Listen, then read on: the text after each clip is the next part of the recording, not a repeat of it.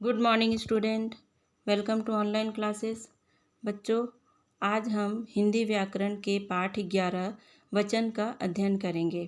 तो जैसा कि हमने पिछली कक्षाओं में भी पढ़ा है कि जिन शब्दों से हमें एक या एक से अधिक वस्तुओं का ज्ञान होता है उसे वचन कहते हैं। तो बच्चों, अब हम पाठ को प्रारंभ करते हैं। गंगा के तट पर मेला लगा है। ईशान अपने दादाजी का हाथ पकड़कर मेला घूम रहा है। आदमी, औरतें, बच्चे और बूढ़े नदी में नहा रहे हैं। सजी हुई दुकानों में कुर्ता पाजामा, चूड़ी, बिंदी और खिलौने बिक रहे हैं। कहीं कहीं पूजा की पुस्तकें भी बिक रही है। इन वाक्यों में मेला, ईशान, दादाजी, कुर्ता पाजामा, चूड़ी, बिंदी शब्दों से एक व्यक्ति या वस्तु का ज्ञान हो रहा है। आदमी, औरतें, बच्चे, बूढ़े, दुकानें, खिलौने, पुस्तकें शब्द व्यक्ति या वस्तु के एक से अधिक होने का ज्ञान करा रहे हैं। संज्ञा तथा अन्य विकारी शब्दों का जो रूप उनके एक अथवा अनेक होने का बोध कराता है उसे वचन कहते हैं। तो बच्चों, जैसा कि मैंने पहले ही बताया कि जिन शब्दों से हमें एक या एक से अधिक होने का ज्ञान होता है, पता चलता है, उसे हम वचन कहते हैं। जैसा कि ऊपर के अनुच्छेद में लिखा है कि मेला, ईशान, दादाजी, ये जो शब्द हैं हमें एक वस्तु या व्यक्ति का ज्ञान कराते हैं। इसी प्रकार आदमी, औरतें, बच्चे, बूढ़े, ये जो शब्द है हमें एक से अधिक वस्तुओं का ज्ञान कराते हैं, तो इसे हम वचन कहते हैं। बच्चों, अब हम पढ़ेंगे वचन के भेद। वचन के दो भेद होते हैं। पहला है एक वचन और दूसरा है बहुवचन। तो सबसे पहले हम एक वचन को पढ़ते हैं। एक वचन शब्द का वह रूप जो एक प्राणी, एक वस्तु या एक पदार्थ का बोध कराता है, एक वचन कहलाता है।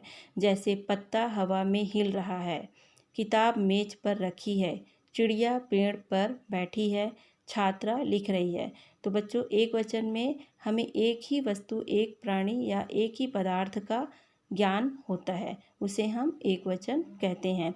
जैसे कि उदाहरण में दिया गया है, पत्ता हवा में हिल रहा है। तो पेड़ पे तो अनेक पत्ते होते हैं, लेकिन यहाँ पर सिर्फ एक ही पत्ता को बताया जा रहा है, इसलिए यहाँ पर एक वचन का प्रयोग होगा।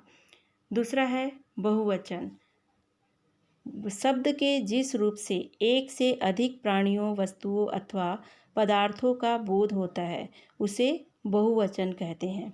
जैसे पत्ते हवा में हिल रहे हैं, किताबें मेजों पर रखी है, चिड़िया पेड़ों पर बैठी है, छात्राएं लिख रही हैं। तो बच्चों, शब्द के जिस रूप से हमें एक से अधिक वस्तुओं, प्राणियों आदि का ज्ञान होता है उसे हम बहुवचन कहते हैं। जैसा कि पत्ते हवा में हिल रहे हैं, तो ऊपर के उदाहरण में हमने क्या देखा, पत्ता हवा में हिल रहा था, और यहाँ पर पत्ते हवा में हिल रहे हैं।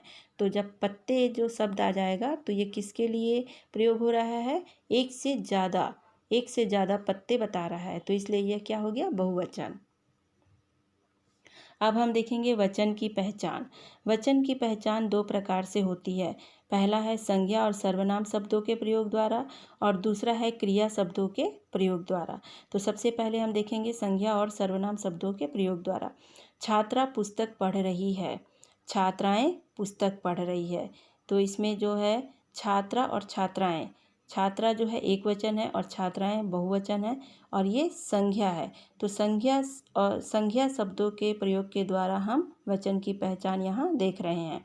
दूसरा है मनु को केला दे दो, मनु को केले दे दो। यहाँ भी केला और केले संज्ञा शब्द है।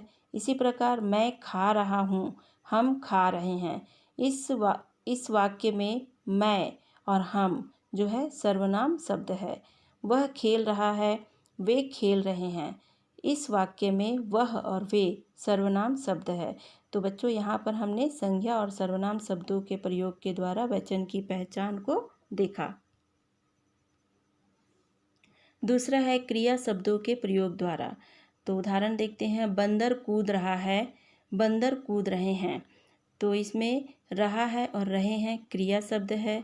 इसी प्रकार दूसरा है गिलास मेज पर रखा है, गिलास मेज पर रखे हैं। रखा है और रखे हैं, ये जो है क्रिया शब्द है।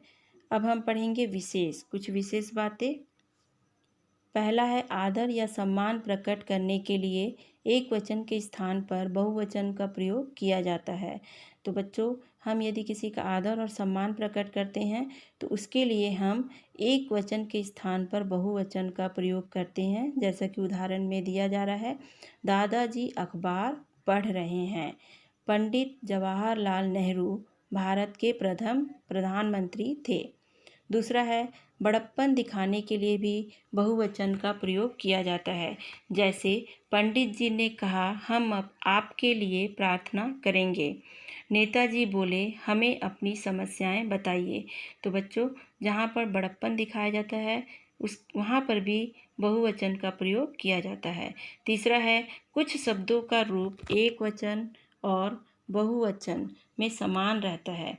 कुछ शब्द ऐसे होते हैं जिनका कि रूप एक वचन और बहुवचन दोनों में ही समान रहता है, कोई परिवर्तन नहीं होता। जैसे कि उदाहरण में है घी, छाया, पानी, क्षमा, शहद, गिरी, कल, याचना आदि। अब उदाहरण देखते हैं हम। डिब्बा बंद घी, डिब्बों में रखा घी। वृक्ष की छाया, वृक्षों की छाया। नदी का जल, नदियों का जल। चौथा देखते हैं हम। कुछ शब्दों का प्रयोग सदा एक वचन में किया जाता है। जैसे जनता, दूध, वर्षा, आग, आकाश, यात्रा, चाचा, दादा आदि। तो बच्चों, कुछ शब्द ऐसे होते हैं जिनका प्रयोग हमेशा एक वचन में ही होता है। अब हम उदाहरण देखेंगे। जनता अपनी मर्जी से वोट देती है। वर्षा आते ही मोर नाचने लगे। दूध के गिलास मेज पर रख दो। जंगल की आग आसानी से नहीं बुझेगी। पांचवा देखते हैं हम।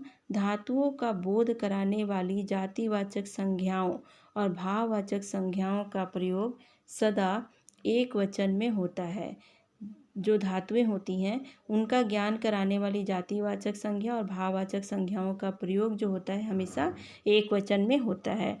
जैसे सोना, चांदी, तांबा, सत्य, प्रेम, ऋण, गर्मी, ऊंचाई। अब हम उदाहरण देखते हैं। चांदी के बर्तन चमक रहे हैं। गर्मी के महीने कांटे नहीं कटते। सभी से प्रेम करना सीखो। पहाड़ों की ऊंचाई पर चढ़ना सरल नहीं है। छठवां है समूहवाचक शब्द सदा एक वचन में रहते हैं। जैसे दल, परिवार, समूह, समाप्त, झुंड, सेना आदि। कुछ समूहवाचक शब्द जो होते हैं वो हमेशा एक वचन में ही रहते हैं। अब इसका उदाहरण देखेंगे। गायों का झुंड घर लौट रहा है। समाज के सभी वर्ग प्रगति कर रहे हैं। भारतीय सेना अजय है। परिवार में सभी प्रेम से रहते हैं। सातवां नंबर है कुछ शब्द सदा बहुवचन में ही प्रयोग किए जाते हैं। जैसे आंसू, बाल, हस्ताक्षर, दर्जन, प्राण, डाकू आदि।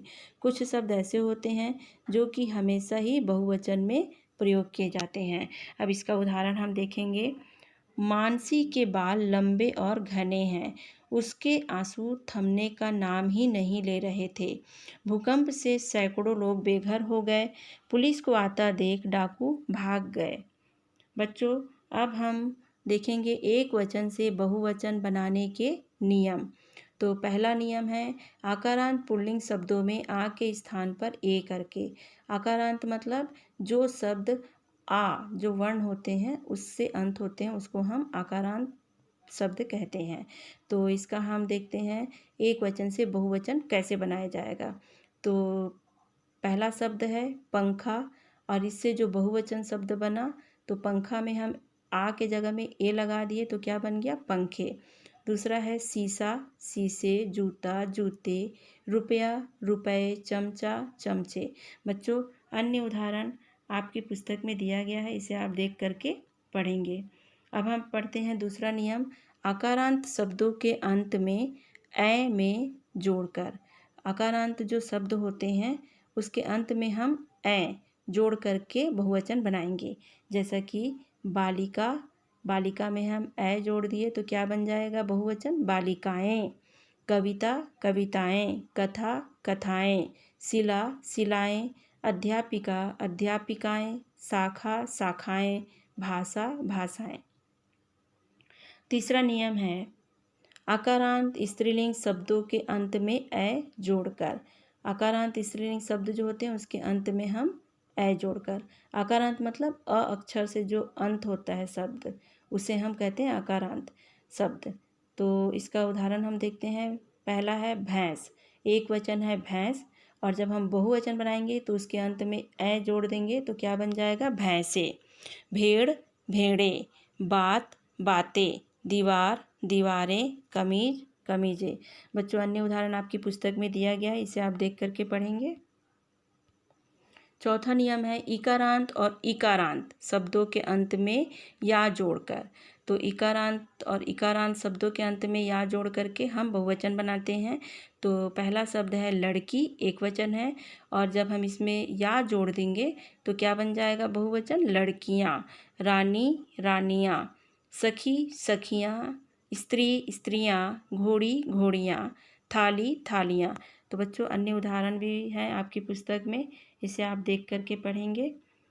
और यहाँ पर एक बात ध्यान देने योग्य है कि जब हम या जोड़ते हैं इकारांत और इकारांत शब्दों के अंत में, तो वचन बदलते समय जो बड़ी ई है वो जब बहुवचन में उसका प्रयोग किया जाता है तो वो छोटी ई बन जाता है। जैसे कि पहला उदाहरण हम देखेंगे, लड़की। तो लड़की जो है, इसमें एक वचन में बड़ी की मात्रा लगा हुआ है। जब हम इसको बहुवचन बनाते हैं तो यहाँ पर छोटी ई लग जाता है, छोटी की मात्रा का प्रयोग किया जाता है। लेकिन जो छोटी ई रहती है, छोटी की मात्रा वाले जो शब्द होते हैं उसमें कोई बदलाव नहीं होता है। जैसे कि लिपि, तो ल में छोटी की मात्रा, प में भी छोटी की मात्रा है, तो लिपि हुआ एक वचन। और जब हम बहुवचन बनाएंगे तो ल में छोटी की मात्रा ली, प में छोटी की मात्रा पी, या में चंद्र बिंदी, तो लिपियाँ, इसमें कोई परिवर्तन नहीं होता है। इसके बाद हम पांचवा नियम पढ़ेंगे।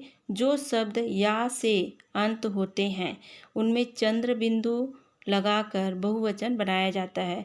तो ध्यान देंगे बच्चों, जो शब्द या से अंत होते हैं एक वचन में, उसमें बहुवचन बनाने के लिए चंद्र बिंदु लगा करके बहुवचन बनाया जाता है। जैसे कि चूहिया, एक वचन है, या से अंत हुआ, अब बहुवचन बनाएंगे तो यहाँ पर चंद्र बिंदी लगा दिया जाएगा तो वह बहुवचन हो जाएगा, चूहिया। बंदरिया, बंदरियाँ। डिबिया, डिबिया। तो बच्चों, यहाँ भी अन्य उदाहरण दिया गया है, इसे आप देख करके अपनी पुस्तक से पढ़ेंगे। अब हम पढ़ते हैं छठवां नियम, उकारांत और औकारांत शब्दों के अंत में ए जोड़कर। तो एक वचन में है धेनु, और जब बहुवचन बनेगा तो धेनुए, ए जोड़ देंगे। ऋतु, ऋतुएं। वस्तु, वस्तुएं। वधु, वधुएं। जू, जुएं। गौ, गौवें। सातवां नियम है, कुछ शब्दों के अंत में वृंद, वर्ण, वर्ग, गण, जन, लोग जैसे शब्द लगा करके हम बहुवचन बनाते हैं। तो उदाहरण देखते हैं।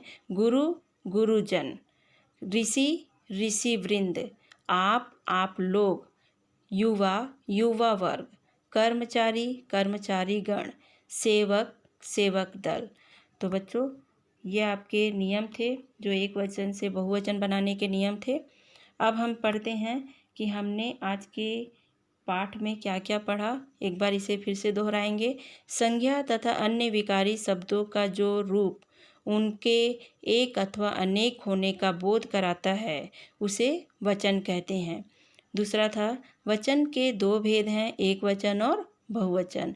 शब्द का वह रूप जो एक प्राणी, वस्तु या पदार्थ का बोध कराता है एक वचन कहलाता है। शब्द के जिस रूप से एक से अधिक प्राणियों, वस्तुओं अथवा पदार्थों का बोध होता है उसे बहुवचन कहते हैं। वचन की पहचान दो प्रकार से की जा सकती है। पहला है संज्ञा और सर्वनाम शब्दों द्वारा, और क्रियापदों के प्रयोग द्वारा। कुछ शब्दों का प्रयोग सदा एक वचन और कुछ शब्दों का प्रयोग सदा बहुवचन के रूप में होता है।